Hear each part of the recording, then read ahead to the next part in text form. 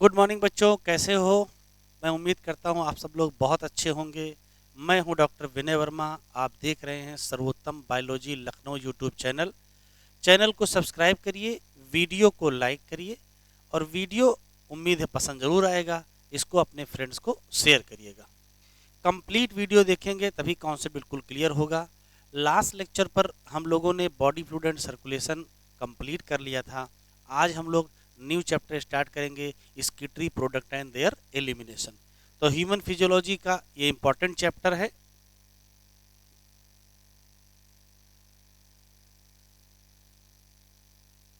Excretory product and there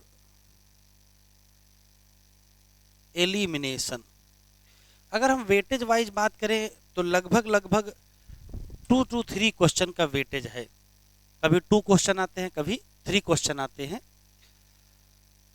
किसी भी chapter NCERT में अगर आप देखेंगे तो किसी भी चैप्टर में इंट्रोडक्शन दिया रहता है और इस चैप्टर में भी इंट्रोडक्शन दिया हुआ है। तो देखेंगे इंट्रोडक्शन में।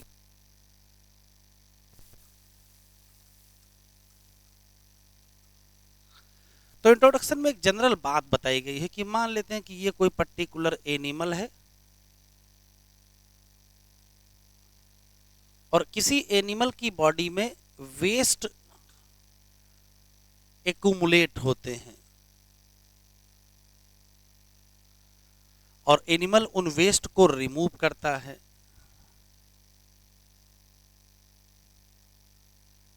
पहला सवाल यहीं से स्टार्ट होता है कि जो वेस्ट एक्यूमुलेट होते हैं वो कहां से आते हैं। तो वो या तो मेटाबॉलिज्म से आएंगे और या फिर एक्सेस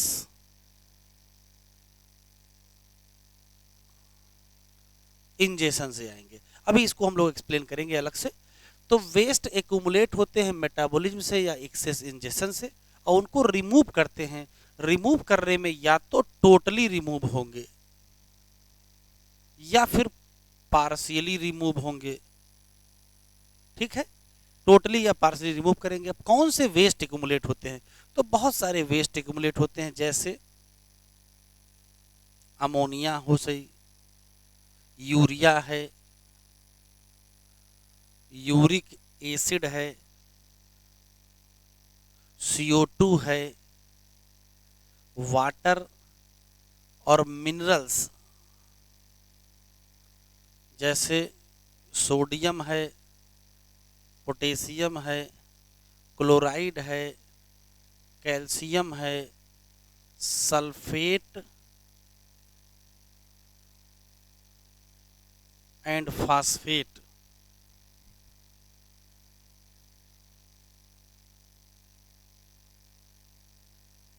ETC।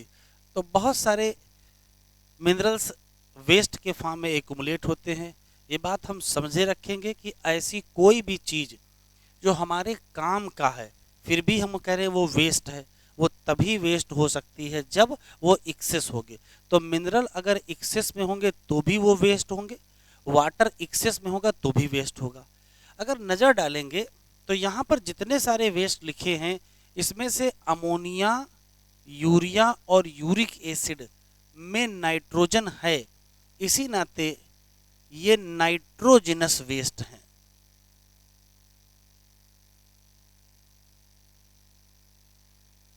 किसी भी एनिमल के द्वारा जो नाइट्रोजनस वेस्ट एलिमिनेट किए जाते हैं उसमें से कॉमन नाइट्रोजनस वेस्ट या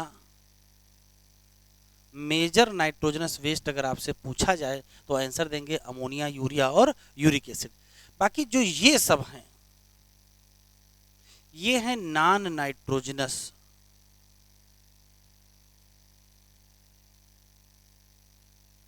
तो ये बात आप दिमाग में रखेंगे कि हम लोगों की बॉडी में जो वेस्ट एक्यूमुलेट होते हैं वो 2 कैटेगरी के हैं, या तो नाइट्रोजनस या तो नॉन नाइट्रोजनस। जो नाइट्रोजनस हैं उसमें बहुत सारे होते हैं लेकिन कम से कम 3 नेम याद रखेंगे। कौन कौन से? अमोनिया, यूरिया और यूरिक एसिड। और नॉन नाइट्रोजनस में कम से कम 2 नेम तो याद ही रखेंगे, CO2 और वाटर। ये वेस्ट एक्यूमुलेट होंगे या तो एक्सेस इंजेशन से या तो मेटाबॉलिज्म से, और वेस्ट रिमूव किए जाएंगे या तो टोटली या तो पार्शियली। देखिए, जैसे मान लेते हैं कि यदि आपने प्रोटीन का एक्सेस इंजेक्शन कर लिया, प्रोटीन का एक्सेस इंजेक्शन हो जाएगा, तो प्रोटीन के डाइजेशन से हमको मिलेंगे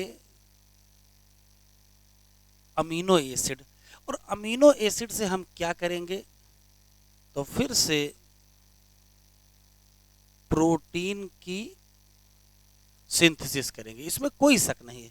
लेकिन यदि अमीनो एसिड एक्सेस हो गए,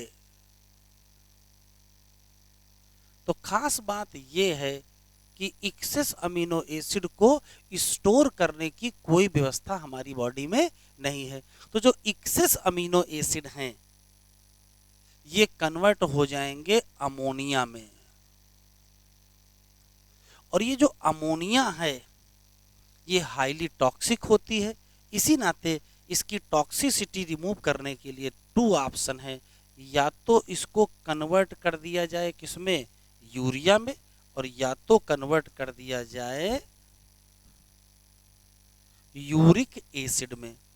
तो ध्यान से सुने, अमोनिया, यूरिया और यूरिक एसिड ये तीनों किसके प्रोडक्ट हैं या किसके वेस्ट हैं, तो कहोगे ये प्रोटीन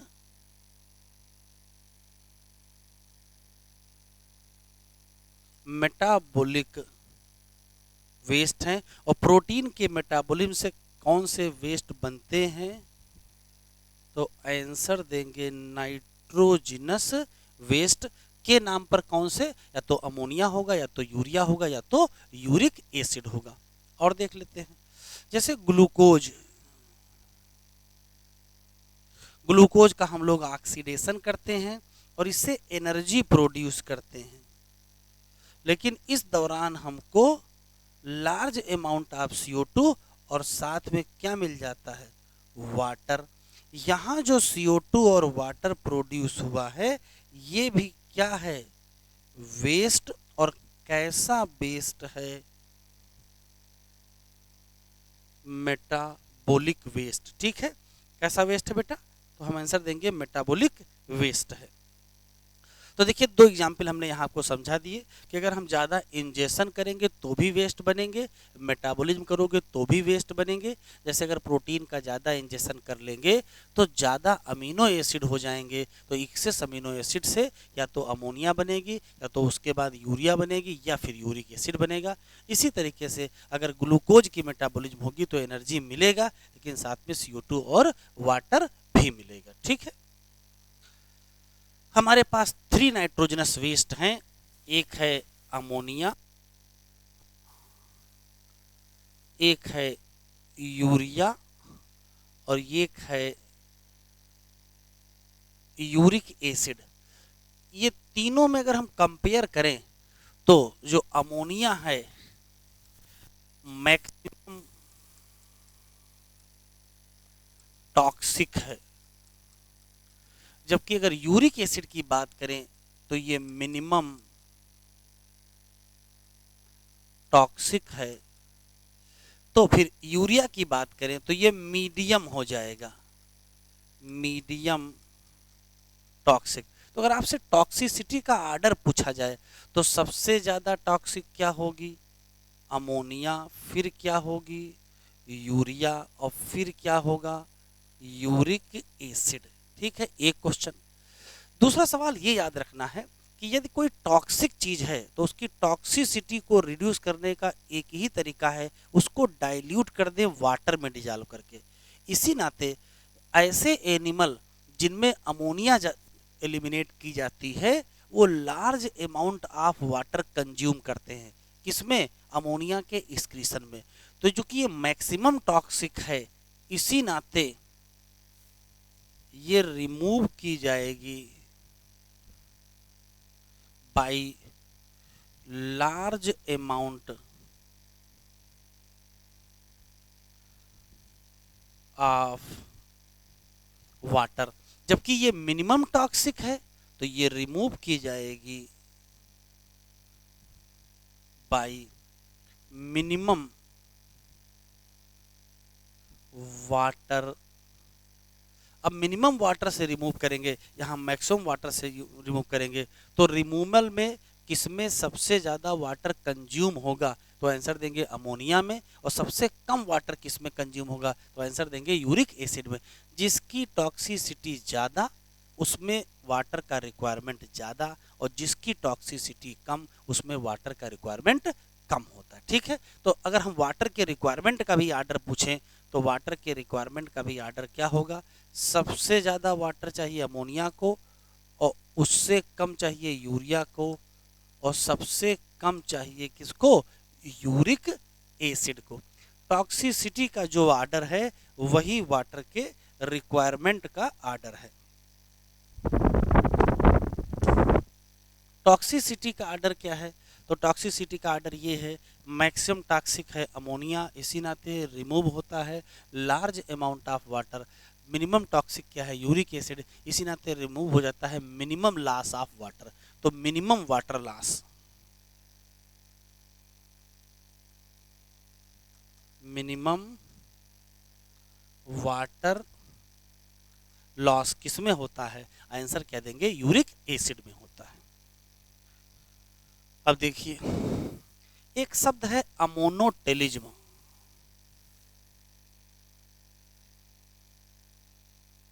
एक शब्द है ammonotelism.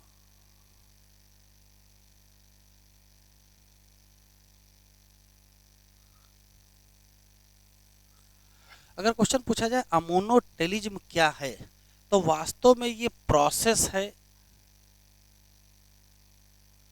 Process of excreting ammonia, एक क्वेश्चन। फिर दूसरा शब्द है अमोनोटेलिक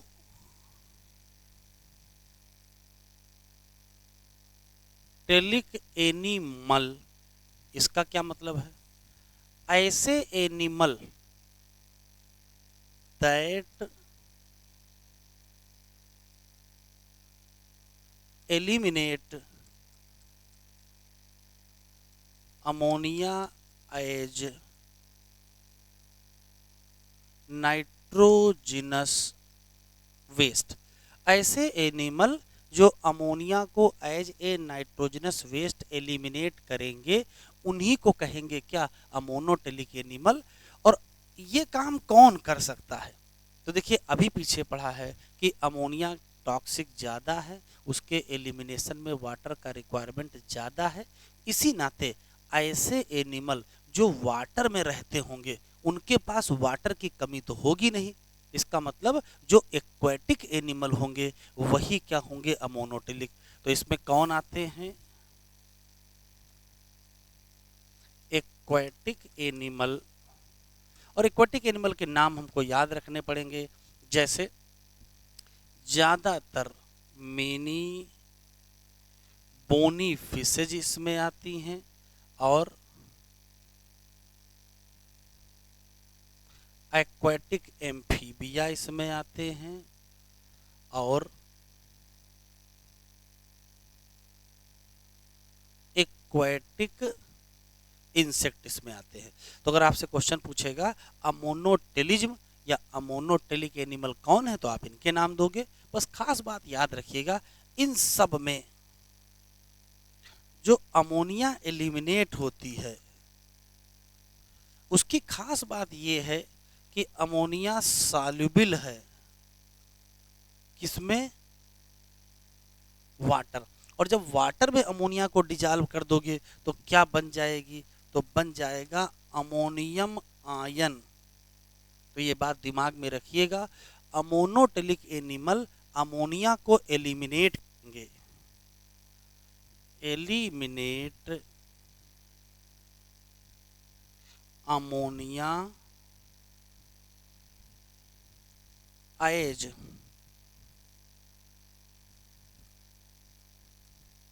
अमोनियम आयन। एक क्वेश्चन तो ये याद रखेंगे। और अमोनियम आयन को एलिमिनेट कैसे करेंगे, तो कहेंगे बाई सिंपल डिफ्यूजन। कहाँ करेंगे, या तो बॉडी सरफेस और या तो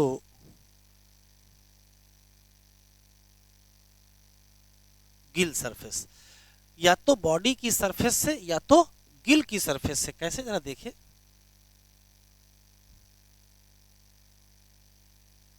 इधर देख लीजिए, मान लेते हैं कि ये कोई पर्टिकुलर फिश है और उसमें ये गिल्स हैं, तो गिल्स की मेम्ब्रेन से सिंपल डिफ्यूजन के द्वारा अमोनियम आयन बाहर एलिमिनेट हो जाएंगे। ठीक है, तो या तो सिंपल डिफ्यूजन कहाँ करेंगे, बॉडी सरफेस, या तो कहाँ करेंगे, गिल सरफेस। इसका मतलब ये है कि फिर अमोनिया के एलिमिनेशन में किडनी का कोई रोल नहीं है। तो अमोनिया एलिमिनेशन में नो रोल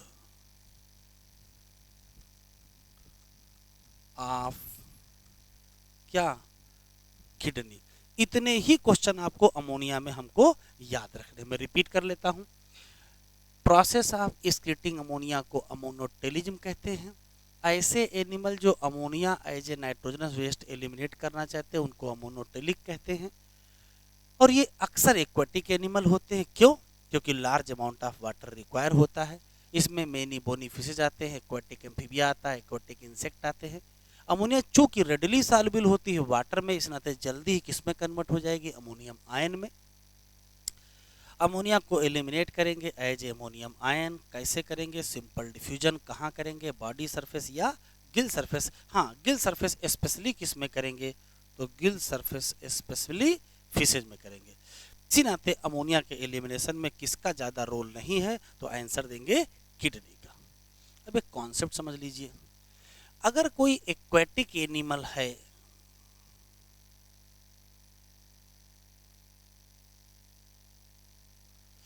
तो एक्वेटिक एनिमल की खास बात यह होती है कि एक्वेटिक एनिमल अमोनिया को बनाएगा और उसको अमोनियम आयन के फॉर्म में एलिमिनेट करेगा।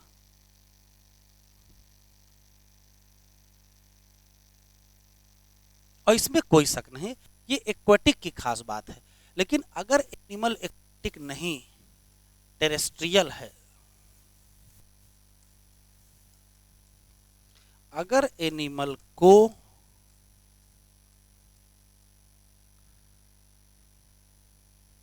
अगर एनिमल अगर एनिमल को टेरेस्ट्रियल एडाप्टेशन करना है, उसको जमीन पर रहना है, तो आप सोचो ना, एक समस्या आने वाली है। अमोनिया को as a ammonium ion eliminate नहीं कर सकते हैं, क्योंकि अमोनियम आयन के फॉर्म में एलिमिनेट करने के लिए लार्ज अमाउंट ऑफ वाटर चाहिए। तो फिर क्या हल है, तो जल्दी ही इसको कन्वर्ट करना पड़ेगा। कन्वर्ट इनटू किसमें, लेस टॉक्सिक। अब या तो लेस टॉक्सिक क्या बनाओ, या तो बनाओ यूरिया, या क्या बनाओ, यूरिक एसिड। और ऐसा क्यों करना पड़ा, ऐसा क्यों करना पड़ा, तो पर्पज ये है, अगर नहीं बनाओगे तो फिर अमोनिया को अमोनियम आयन के फॉर्म में निकालना पड़ेगा और उसमें वाटर बहुत लगता है, तो वाटर की है कमी। इस नाते क्या करना पड़ेगा, टू कंजर्वेशन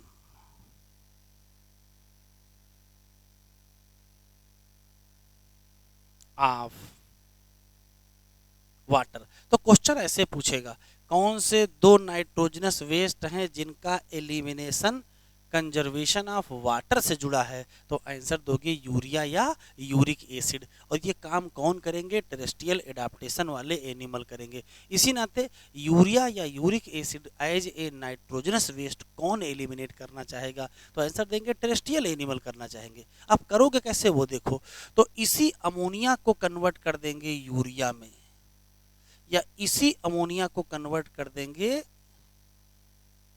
यूरिक एसिड में। बस ये ध्यान रखिएगा, अमोनिया को यूरिया में कन्वर्ट करना है तो, अमोनिया को अगर यूरिया में कन्वर्ट करना है तो 3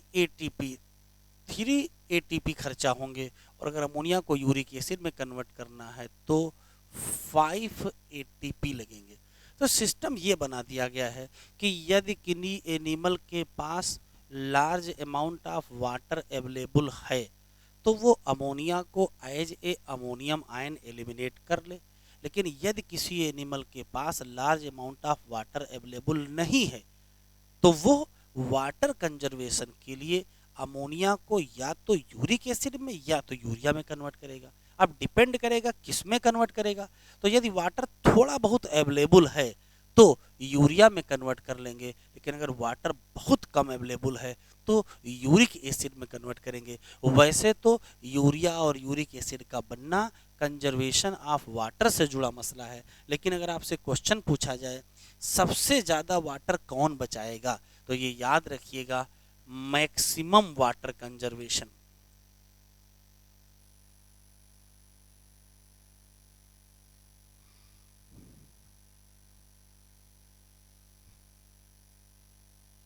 मैक्सिमम वाटर कंजर्वेशन कौन करता है तो आंसर देंगे यूरिक एसिड। चलिए ठीक है, आगे बढ़ते हैं। हम मान लेते हैं कि एनिमल ने तय कर लिया कि हमको यूरिया एलिमिनेट करना है, तो वो अमोनिया को यूरिया में कन्वर्ट करेगा। तो देखते क्या होता है। एक शब्द है यूरियो,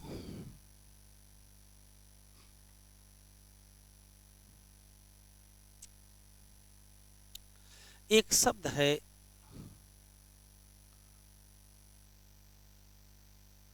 यूरियोटेलिज्म। इसका मतलब है process of elimination of urea. एक क्वेश्चन। एक शब्द है यूरियोटेलिक एनिमल। ये वो होते हैं जो एलिमिनेट करते हैं क्या, यूरिया एज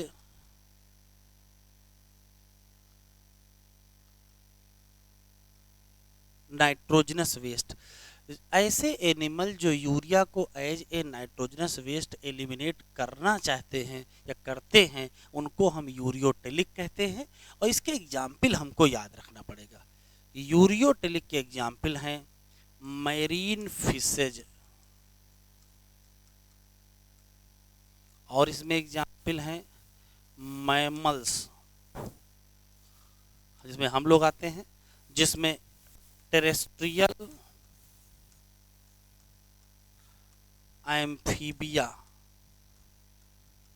ठीक है, मैरीन फिशेज, मैमल्स और टेरेस्ट्रियल एम्फीबिया किस में आते हैं, यूरियोटेलिक में आते हैं। ठीक है, एक क्वेश्चन और याद रखना है। इन सब एनिमल में जो कोई पर्टिकुलर सेल होती, मान लो ये कोई पर्टिकुलर सेल है, यहां मेटाबॉलिज्म से बनती है अमोनिया और ये कन्वर्ट हो जाती है यूरिया में। कहां, तो ये याद रखेंगे लिवर में। फिर यूरिया कहां जाती है, ब्लड में, और ब्लड से फिर कहां पहुंचती है, किडनी। और किडनी क्या करती है, यूरिन बनाती है और उसी में क्या पास हो जाती है। तो अगर आपसे क्वेश्चन पूछा जाए कि यूरियोटेलिक एनिमल में क्या होता है तो कहोगे सेल में मेटाबॉलिज्म से बनती है अमोनिया, कन्वर्ट हो जाती है यूरिया में, कहाँ, लिवर में। तो बनेगी कहाँ बेटा, लिवर में, लेकिन उसको एलिमिनेट कौन करेगा, आंसर देंगे क्या, किडनी। एक क्वेश्चन। दूसरा क्वेश्चन एक स्पेशल याद रखना है हमको। Some animal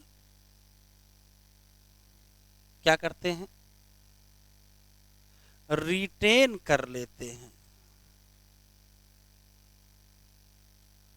small amount of urea in kidney. क्यों, मेंटेन करना है डिजायर्ड ऑस्मोलैरिटी। ये अभी आगे हम पढ़ाएंगे काउंटर करंट मैकेनिज्म, वहां आपको समझ में आएगा। अभी आप इसको रट लेंगे क्या? कुछ एनिमल रिटेन कर लेते हैं small amount of urea in kidney matrix. Purpose क्या है? टू मेंटेन करना है डिजायर्ड ऑस्मोलैलिटी। और ये एनिमल हैं कौन? तो एनिमल में हम ही लोग हैं, मैमल्स। हम लोग अपनी किडनी में क्या रिटेन कर लेते हैं? तो आंसर देंगे यूरिया। इसमें और कौन है? इसमें मेरीन फिशेज भी हैं, ठीक है, स्पेशली मैमल याद रखेंगे। तो ये आपको रटना है, ये आगे बात काउंटर करंट मैकेनिज्म पढ़ाएंगे, वहीं आपको समझ में आ जाएगी। तो यूरिया में कुल इतने क्वेश्चन हैं। यूरियोटेलिज्म क्या है? प्रोसेस ऑफ एलिमिनेटिंग यूरिया है। यूरियोटेलिक क्या है? वो लोग हैं जो निकालते हैं यूरिया को। कौन है? मैरीन फिशेज हैं, मैमल्स हैं, टेरेस्ट्रियल एम्फीबिया। टेरेस्ट्रियल एम्फीबिया कहो चाहे फ्रॉग कह लो। ऐसे लोगों में सेल की प्रोसेस होती है, वहाँ पर अमोनिया बनती है, उसको यूरिया में कन्वर्ट करते हैं लिवर में, फिर ये ब्लड में जाती है, फिर किडनी जाती है और वहाँ यूरिन बनती है और उसी में यूरिया एलिमिनेट हो जाती है। तो यूरिया बनी कहाँ? लिवर में। एलिमिनेट कौन किया? किडनी। इसमें से कुछ एनिमल हैं जो अपनी किडनी की मैट्रिक्स में किसको रिटेन कर लेते हैं? यूरिया को रिटेन कर लेते हैं। एक क्वेश्चन और देख लीजिए। ये मान लेते हैं लिवर है और ये मान लेते हैं किडनी है। लिवर में जो ब्लड सप्लाई आती जाती है या किडनी में जो ब्लड सप्लाई आती जाती है, लिवर में जो आएगी उसका नाम है हिपैटिक आर्टरी, और लिवर से जो जाएगी उसका नाम है हिपैटिक वेन। किडनी में जो आएगी उसका नाम है रीनल आर्टरी, और किडनी से जो निकल के जाएगी उसका नाम है रीनल वेन। अब एक क्वेश्चन यहां पूछा गया है, मैक्सिमम यूरिया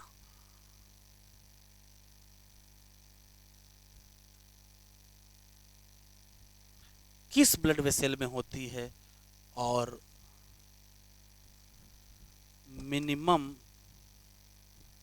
यूरिया किस ब्लड वेसल में होती है? तो देखो, मैक्सिमम यूरिया होती है किसमें? इधर देखिए, ये लिवर में आने वाला है, तो लिवर की तरफ जो ज़्यादा आएगा उसमें क्या ज़्यादा आएगा? अमोनिया। लेकिन लिवर से जो ब्लड निकलेगा उसमें क्या ज़्यादा होगी? यूरिया। किडनी में जो ब्लड आएगा उसमें यूरिया होगी, लेकिन इसमें से बहुत सारी यूरिया कहाँ चली जाएगी? यूरिन में। तो रीनल वेन में यूरिया क्या होगी? कम हो जाएगी। यहाँ यूरिया कम होगी, यहाँ यूरिया ज़्यादा होगी, यहाँ भी यूरिया ज़्यादा होगी, ठीक है। तो अगर क्वेश्चन पूछा जाए मैक्सिमम यूरिया किस में है, तो आंसर देंगे हिपैटिक वेन, सबसे ज़्यादा इसी में पाई जाएगी, हिपैटिक वेन। तो मिनिमम किस में पाई जाएगी? तो आंसर देंगे रीनल वेन। ठीक, चलो आगे बढ़ते हैं।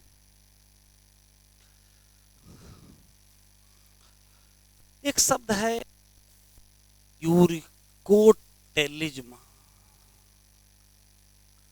नाम पता चल रहा है, ये है process of eliminating uric acid. एक क्वेश्चन, एक शब्द है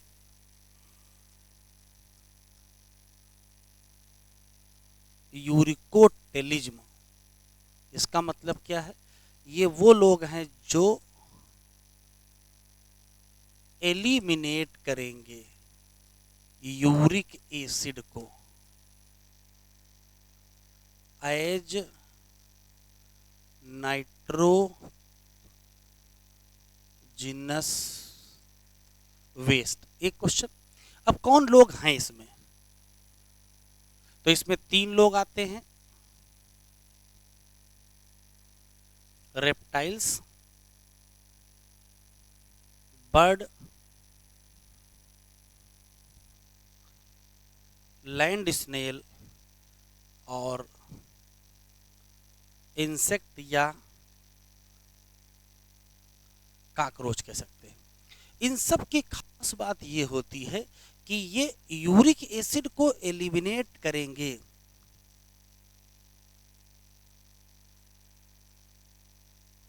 एलिमिनेट यूरिक एसिड कैसे? एज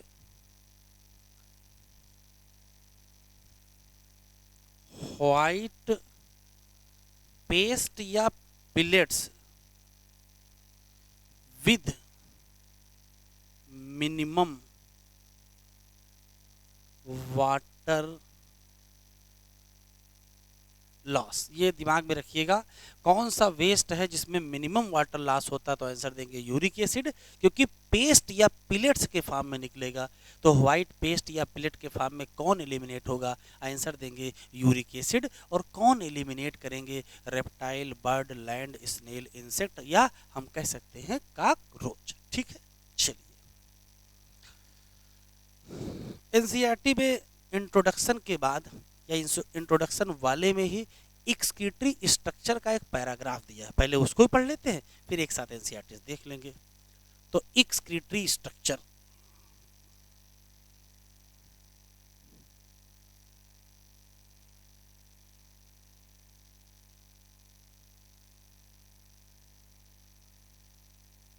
अगर हम एक्सक्रीटरी स्ट्रक्चर की बात करें तो जितने भी इनवर्टिब्रेट हैं उन सब में पाया जाता है सिंपल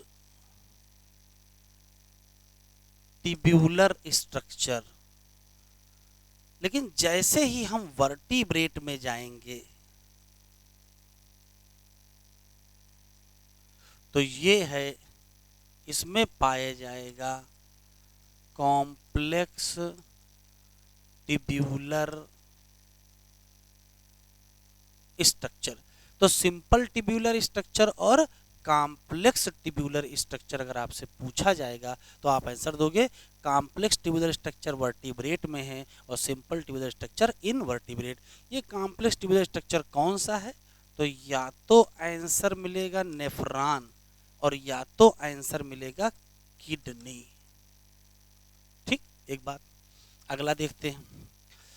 अब सवाल आता है कि कौन कौन सा स्ट्रक्चर किसमें पाया जाता है। तो सबसे पहला जो स्ट्रक्चर हमको याद रखना है वो है प्रोटोनेफ्रिडिया, या इसी का दूसरा नाम है फ्लेम सेल। प्रोटोनेफ्रिडिया या फ्लेम सेल एक्सक्रीटरी स्ट्रक्चर किन किन एनिमल का है? तो सबसे पहले बताइएगा प्लेटीहेल्मिन्थ का है। और प्लेटीहेल्मिन्थ में आते हैं फ्लैट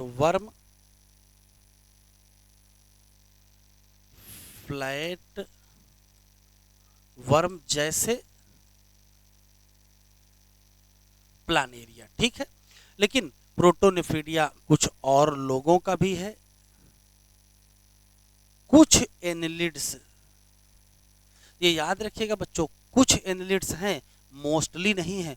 मोस्ट ऑफ एनिलिड का एक्सक्रीटरी स्ट्रक्चर नेफ्रिडिया होता है, लेकिन कुछ एनिलिड का क्या होता है? प्रोटोनेफ्रिडिया। और कौन होते हैं? रोटीफर्स। अब ये कौन है? तो रोटीफर्स वास्तव में एक प्रकार के एस्कहेल्मिन्थ या निमेटोड्स होते हैं, इनका अब रोटीफेरा एक अलग ग्रुप है। और कौन इसमें आते हैं? तो इसमें आते हैं सिफेलो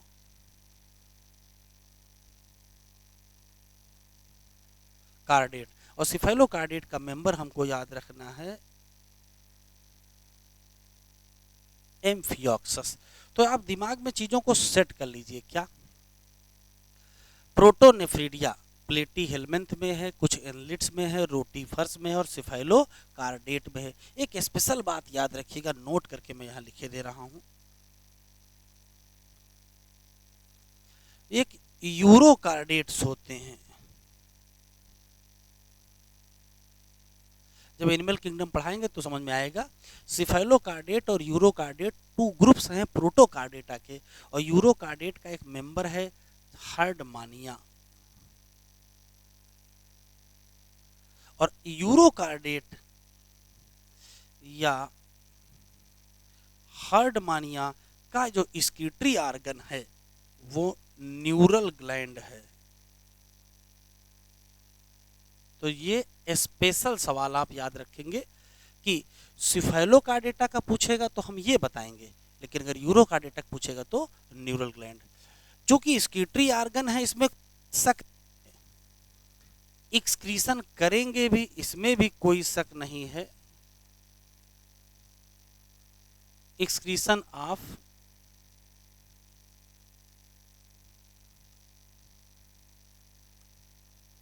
नाइट्रोजिनस वेस्ट करेंगे। लेकिन अगर क्वेश्चन पूछेगा कि ये प्राइमरली क्या करते हैं, तो मुख्य काम इनका एलिमिनेशन नहीं है, मुख्य काम इनका है मेंटेन करो fluid and ionic balance. Fluid and ionic balance का मतलब ऑस्मो रेगुलेशन। तो प्राइमरली काहे के लिए है, तो इनको मेंटेन करना है।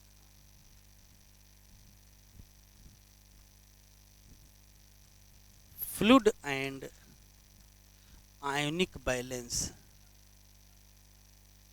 तो फ्लूइड और आयनिक बैलेंस मेंटेन करना इनका प्राइमरी फंक्शन है, लेकिन हाँ एक्सक्रीशन तो खैर करेंगे ही। तो ये इतने क्वेश्चन याद हो गए। इनवर्टिब्रेट में सिंपल ट्यूबुलर है, वर्टिब्रेट में कॉम्प्लेक्स ट्यूबुलर है।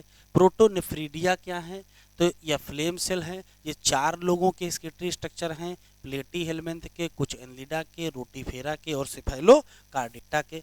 ये एक्सक्रीशन करेंगे इसमें कोई शक नहीं, लेकिन मेन फंक्शन क्या है, फ्लूइड और आयनिक बैलेंस को मेंटेन करना। ये स्पेशल सवाल लिख दिया है। सिफेलोकार्डेटा या एम्फियोक्सस का स्केटरी स्ट्रक्चर प्रोटोनेफ्रीडिया है, लेकिन यूरोकार्डेटा या हर्डमानिया का क्या है, न्यूरल ग्लैंड है। फिर आता है नेफ्रीडिया।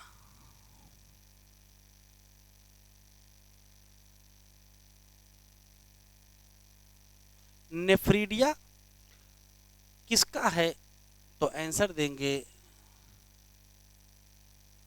मोस्ट ऑफ एनिलिड्स,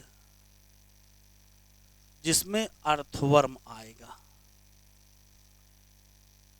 चलिए, और नेफ्रीडिया के दोनों फंक्शन है, ये एक्सक्रीशन भी करेगा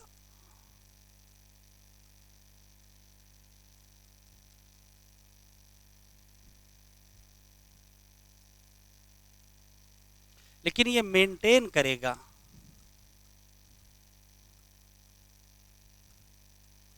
maintain fluid and ionic balance, या इसको हम कह सकते हैं कि ये मेंटेन करेंगे या ऑस्मो रेगुलेशन में भी इन्वॉल्व है। किसमें इन्वॉल्व है, ऑस्मो रेगुलेशन में। और देखते हैं,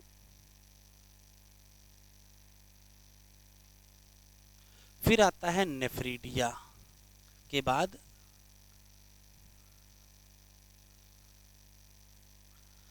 मैलपीजियन टिब्यूल।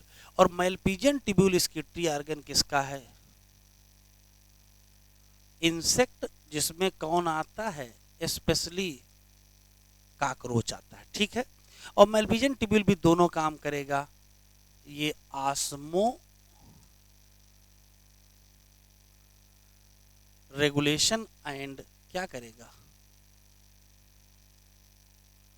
एक्सक्रीशन करेगा। ठीक है, फोर्थ जो आर्गन है या स्ट्रक्चर है वो है एंटीनल ग्लैंड या ग्रीन ग्लैंड, और ये पाया जाता है क्रस्टेशियन में। अब ये कौन है, तो क्रस्टेशियन भी आर्थ्रोपोडा के ही मेंबर हैं, जिसमें आता है प्राण। ठीक है, एक दो स्ट्रक्चर और याद रख लेंगे। प्रबोसिस ग्लैंड,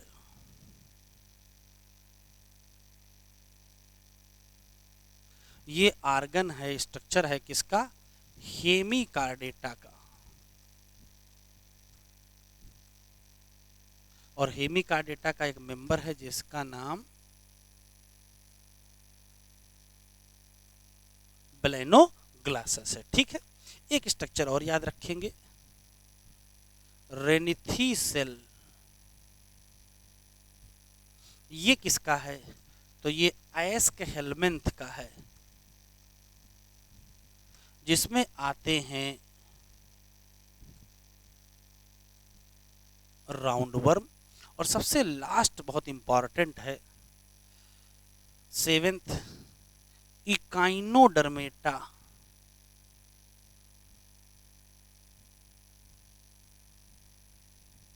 याद रखेंगे, इकाइनोडर्मेटा में कोई भी स्किटरी आर्गन नहीं होता है, तो ये याद रखना है।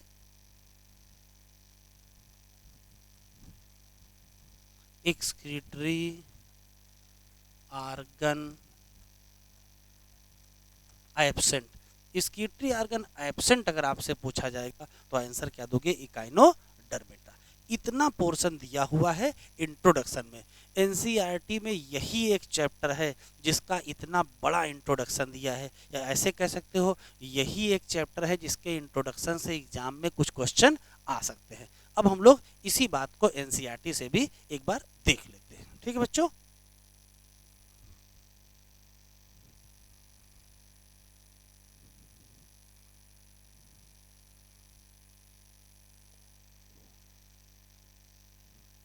Chapter number 16, excretory product and their elimination.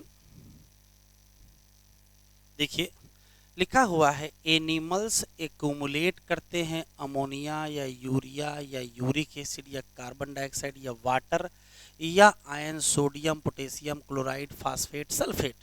कैसे? या तो कैसे इकट्ठा करेंगे? मेटाबॉलिक एक्टिविटी से इकट्ठा करेंगे, या फिर कैसे? एक्सेस इंजेशन से। ये जो सब्सटेंसेज हैं, दीज सब्सटेंसेज, इनको रिमूव जब किया जाएगा तो या तो टोटली रिमूव करोगे या तो पार्शियली। इस चैप्टर में हम क्या पढ़ेंगे? तो कहोगे mechanism of elimination of these substance. साथ में स्पेशल एम्फेसिस क्या करेंगे? Common nitrogenous waste. ये याद रखेंगे, ammonia, urea and uric acid तीनों क्या है? ये लिखा हुआ है major form of nitrogenous waste. Ammonia क्या है? मोस्ट टॉक्सिक है, इसी नाते इसमें require large amount of water. जबकि यूरिक एसिड क्या है? लीस्ट टॉक्सिक है, इसी नाते इसको रिमूव कर देते हैं, minimum loss of water. Process of excreting ammonia को कहते क्या हो? अमोनोटेलिज्म कहते हैं। बहुत सारी बोनी फिशेज, बहुत सारे एक्वेटिक एम्फीबिया और एक्वेटिक इंसेक्ट को हम क्या कहते हैं? अमोनोटेलिक। अमोनिया कैसी होती है? रेडली सॉल्युबल, इसी नाते इसको एक्सक्रीट करते हैं डिफ्यूजन। कहाँ करते हैं? बॉडी सरफेस, या कहाँ करते हैं? गिल सरफेस। गिल सरफेस करेंगे तो किसमें? फिश में। बस किस फॉर्म में एलिमिनेट करोगे? Ammonium ion. इसी नाते kidney do not play significant role in its removal. Terrestrial adaptation अगर करना है तो बनाना पड़ेगा क्या? Lesser toxic nitrogenous waste. कौन से? या तो यूरिया या तो यूरिक एसिड। और क्यों करोगे? तो कंजर्वेशन ऑफ वाटर करेंगे। मैमल्स हों, मेनी टेरेस्ट्रियल एम्फीबिया हों या मैरीन फिशेज हों, ये एक्सक्रीट करेंगे क्या? यूरिया। देखो मेनली लिखा है, मेनली यूरिया। हम लोगों की यूरिन में यूरिया के साथ स्मॉल अमाउंट में यूरिक एसिड भी होता है, स्मॉल अमाउंट में अमोनियम आयन भी होते हैं, तो मेनली क्या है? यूरिया। इसी नाते नाम क्या हो गया? Ureotelic. Ammonia produce by metabolism, वो कन्वर्ट हो जाएगी किसमें? यूरिया में। कहाँ कन्वर्ट होगी? लिवर में। और कन्वर्ट करने के बाद कहाँ रिलीज हो जाएगी? ब्लड में। और जो फिल्टर किया जाएगा, एक्सक्रीट आउट की जाएगी किसके द्वारा? किडनी। कुछ सम अमाउंट ऑफ यूरिया क्या कर सकते हैं? रिटेन कर लेंगे। कहाँ? किडनी के मैट्रिक्स में। और कौन करेगा? Some of these animal, specially mammal करेंगे। क्यों करेंगे? डिजायर्ड ऑस्मोलैरिटी को मेंटेन करने के। ये डिजायर्ड ऑस्मोलैरिटी क्या है? ये हम आपको काउंटर करंट मैकेनिज्म में बताएंगे। रेप्टाइल हैं, बर्ड हैं, लैंड स्नेल हैं या इंसेक्ट हैं, ये एक्सक्रीट करेंगे नाइट्रोजनस वेस्ट को एज ए यूरिक एसिड। किस फॉर्म में? या तो पिलेट या तो पेस्ट, तभी तो मिनिमम लॉस क्या होगा, वाटर, और कहोगे क्या, यूरिकोटेलिक। ठीक है बच्चों।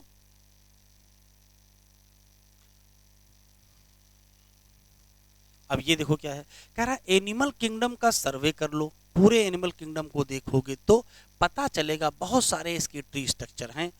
ज़्यादातर इनवर्टिब्रेट में ये सिंपल टिब्यूलर होते हैं, और जबकि ज़्यादातर वर्टिब्रेट में ये कॉम्प्लेक्स टिब्यूलर, जैसे कि किडनी। कुछ स्ट्रक्चर यहाँ दिए हैं, जिसमें नंबर 1 स्ट्रक्चर है प्रोटोनेफ्रिडिया या फ्लेम सेल। किसमें है, प्लेटी हेलमिंथ, जैसे कि फ्लैटवर्म या प्लानेरिया। किसमें है, रोटी फर्स। किसमें है, कुछ एनलिड, ये मत भूलिएगा, ये कुछ एनलिड लिखा हुआ है। और सिफेलोकार्डेट, जैसे कि एम्फियोक्सस। प्रोटोनेफ्रिडिया एक्सक्रीशन करेगी, इसमें कोई शक नहीं है, लेकिन इसका प्राइमरली कंसर्न क्या है, आयनिक एंड फ्लूइड वॉल्यूम रेगुलेशन, और इसको कहते क्या है, आस्मो रेगुलेशन। तो मेन काम एक्सक्रीशन नहीं, मेन काम आस्मो रेगुलेशन है। नेफ्रीडिया क्या है, ये टिब्यूलर स्ट्रक्चर है। किसमें, अर्थवर्म और बाकी एनलिड्स में। नेफ्रीडिया क्या करेगा, रिमूव करेगा नाइट्रोजन वेस्ट, इसमें कोई शक नहीं है, लेकिन फिर से ये मेंटेन करेगा फ्लूइड और आयनिक बैलेंस, मतलब ये भी आस्मो रेगुलेशन में आ जाएगा। मालपीजियन टिब्यूल की अगर बात करें तो ये एक्सक्रीटरी स्ट्रक्चर है किसका, ज़्यादातर इंसेक्ट, जिसमें कौन आएंगे, इसमें काकरोचेज आएंगे। मालपीजियन टिब्यूल भी क्या करेंगे, रिमूव करेंगे नाइट्रोजनस वेस्ट को, साथ में क्या करेंगे, आस्मो रेगुलेशन। एंटीनल ग्लैंड या ग्रीन ग्लैंड क्या है, तो कहोगे ये एक्सक्रीटरी फंक्शन करेंगे, किसमें, क्रस्टेशिया, और जैसे कि कौन आएगा, प्राण। ठीक है बच्चों, तो ये हमने आज फर्स्ट लेक्चर कंप्लीट कर लिया है। नेक्स्ट लेक्चर पर हम आपको पढ़ाएंगे ह्यूमन एक्सक्रीटरी सिस्टम, और इसी में हम आपको किडनी का स्ट्रक्चर भी पढ़ा देंगे और नेफ्रॉन का भी स्ट्रक्चर इसी में कंप्लीट कर देंगे। ठीक बच्चों, बाय बाय।